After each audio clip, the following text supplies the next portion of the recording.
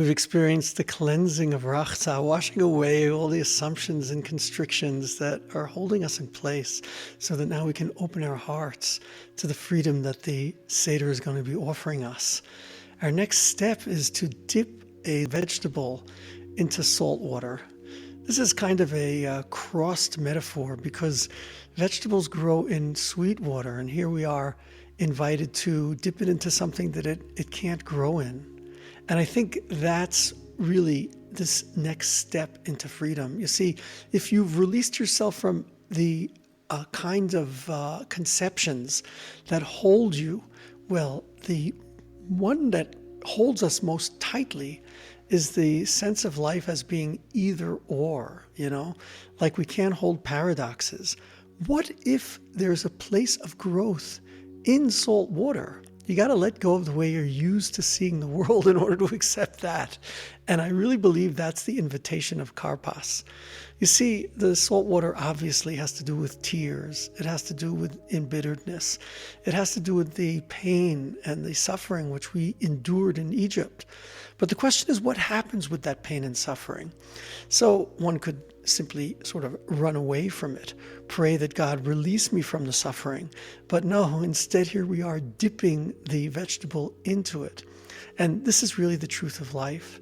If you're not able to dip into the suffering, to hold it, to be present to it, to recognize the bitterness, but to not become sad and depressed by that, but to become embittered in a way in which you are driven to be released from this. You recognize that you can grow from this. You recognize that this is an invitation to move beyond just being held in salt as a preservative, and rather made more flavorful by the salt, by becoming more by virtue of it. Yeah, that's a whole reorientation, which is part of the process of becoming a free human being. So that's first contemplation on the Karpas. I'm dipping it in here and sensing that as embittered as this life may be, there's a source here for growth. But there's something which stands, I believe, at the root and the source of that ability. And that is based on the fact that the Midrash teaches us that when God separated the higher waters from the lower waters on the second day of creation, the higher waters stayed sweet waters, but the lower waters became salt waters. And they became salt waters because they said, Baruch kavod Hashem mimkomo. God has blessed in his place. That is the first letters of the word bochim, that they were crying. They sensed God's place as being distant from them, and they became creatures of yearning. That was the salt water, which was the first salt which was on the planet. According to this Medrash, I think this is really a deeper invitation for us, because what makes it possible for us to transform suffering into growth is that the suffering engenders in us yearning. If you get closed in, which also is something salt can do, to be shrunken by it, so then you'll be stuck and remain within it. But if that embitteredness actually awakens in you yearning to step beyond this, yearning to become closer to Hashem, yearning to discover Hashem in everything you're going through, yearning to awaken you to a higher order of living, yearning to stand up tall and see beyond the situation you're in, to grow by virtue of it, because you're driven, you're longing, you're really thirsting for that which is beyond this moment. Then you become like David, the one who says, Tzama lecha nafshi, my soul thirsts for you, God. Kama lecha besari, my flesh is longing for you, God, pines for you. These are amazing images which describe someone who's going through a difficult situation and transforming it into a longing for God. That's this moment of Karpas. I've let go of preconceptions. I'm able to hold a paradox. I'm able by that to transform this paradoxical situation into actually a growthful orientation, which comes by my recognizing that if this is hurting me, if this stings me, then that means there's something in me that is waiting for more than this, to which this is inappropriate. And then my yearning awakens and I move into the next step towards freedom. Sit comfortably. Let your hands rest. Take a nice slow breath in.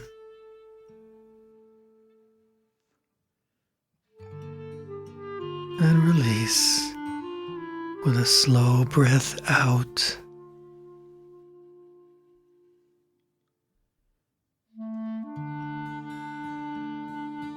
Let the breath wash through you like Rachza will, washing away assumptions, releasing any need to control. Breath like waters, cleansing. And you, just presence.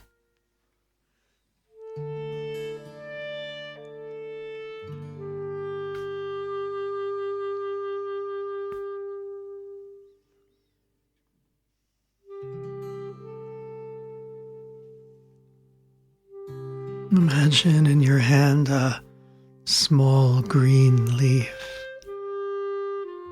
It's fresh, alive, tender. Let this be your vitality, your potential. Connect to your desire to grow. Feel it passing between the green leaf and your inner yearning.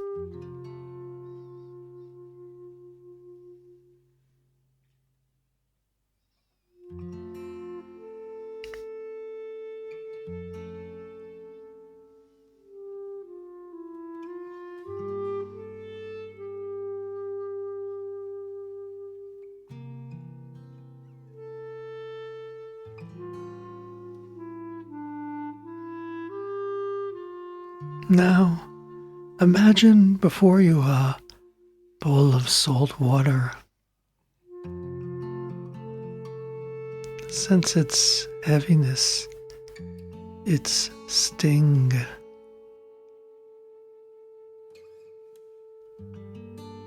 Let it represent your tears, your disappointments, your struggles.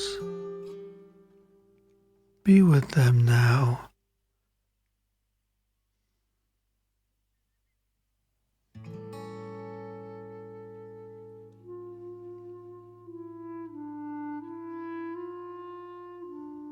Don't push them away. Let them sting you.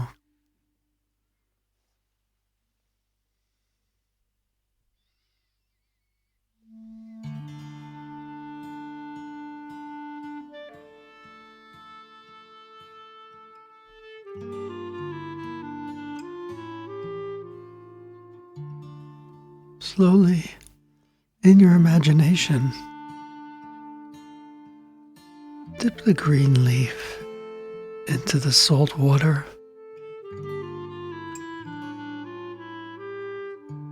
Watch it enter. What arises in you? Resistance? Sadness? Softness? Acceptance? Breathe.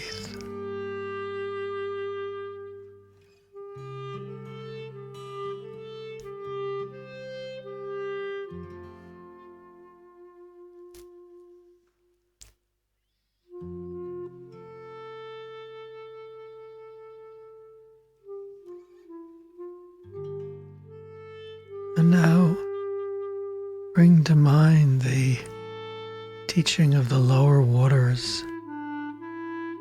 They cried when they separated from the higher waters. Feel their yearning now.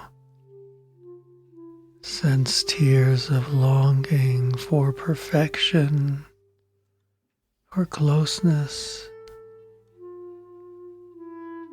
Bring one area of pain or disappointment in your life into your awareness now. What is this pain longing for? Ask yourself. What is underneath the sting that is a thirst? What are you desiring? Towards what do you aspire? Let the words arrive.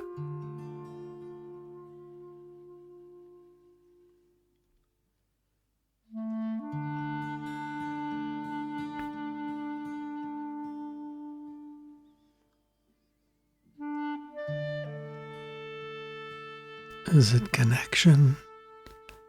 Recognition? Is it love? Is it meaning? Let the pain reveal the yearning.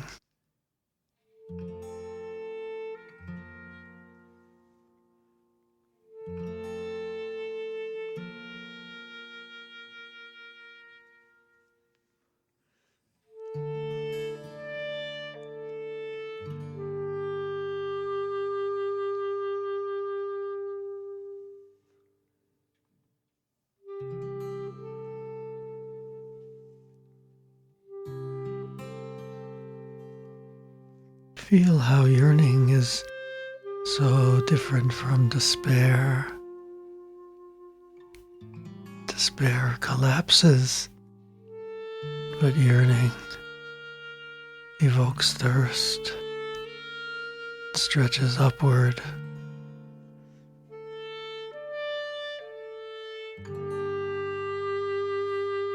Let your breath, as you exhale, follow that stretch. And as you inhale, feel the longing again.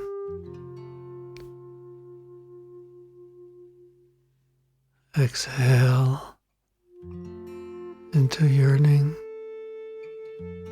aspiration. Inhale into presence to the longing.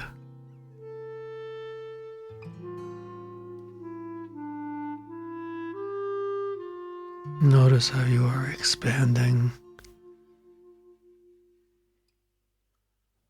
Notice how you are growing.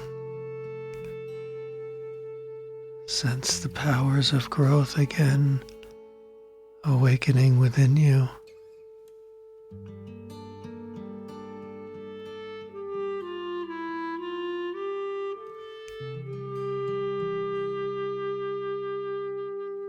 Whisper inwardly, my tears can become longing, and my longing becomes my freedom.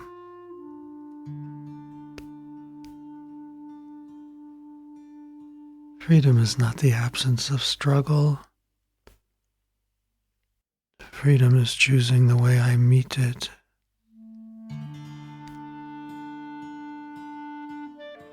Let that settle.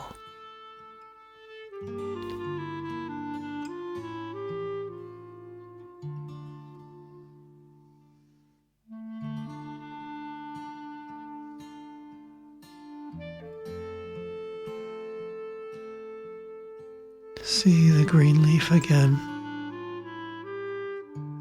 It is still alive. It's glistening. Open your eyes gently. Carry this with you. You can dip and grow.